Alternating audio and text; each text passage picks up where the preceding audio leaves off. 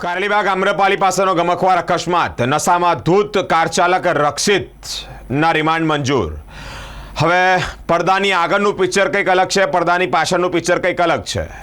રક્ષિત સવારે એસએસજી જ્યારે તેને લઈ જવા ત્યારે પ્રોપર ચાલતો હતો, વ્યવસ્થિત ચાલતો હતો। હાલ અત્યારે ઘટનાનું રિકન્સ્ટ્રક્શન કરવા માટે તેને ઘટના સ્થળે લાવવામાં આવ્યો તો તે લંગડાતું ચાલી રહ્યો છે। અનેક પ્રશ્નાર્થો ઊભા થઈ રહ્યા છે કે રક્ષિતની સર્વિસ પ્રોપર થઈ છે કે કેમ।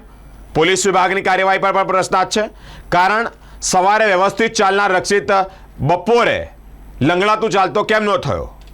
શું તેને પહેલાંથી જ પ્રી-પ્લાન હશે, શીખવાડવામાં આવ્યું હશે? આના પહેલાં ઘણા બધા પૂર્વ આરોપીઓ જે હતા તેઓ પણ આવું જ નાટક કંઈક કરતા હતા કે પહેલાં વ્યવસ્થિત ચાલતા હતા અને પછી લંગડાતું ચાલતા હતા। એટલે ખોફ ઊભો કરવા માટે બધું થઈ રહ્યું છે કે પછી સાચા અર્થમાં તમે સર્વિસ કરો છો એ પણ પ્રશ્નાર્થ છે।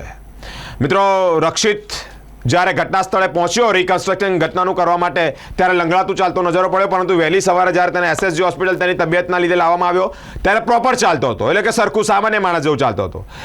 પ્રશ્નાર્થ એન યા કેન પ્રકારે પોલીસની કાર્યવાહી પર ઊભો થઈ રહ્યો છે કે રક્ષિત આવું કેમ ચાલે છે।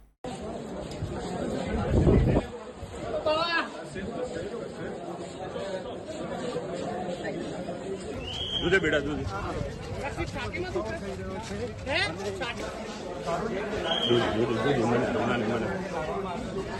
गाड़ी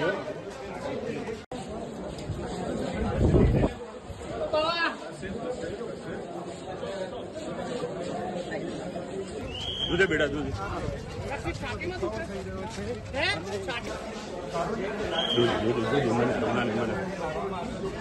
गाड़ी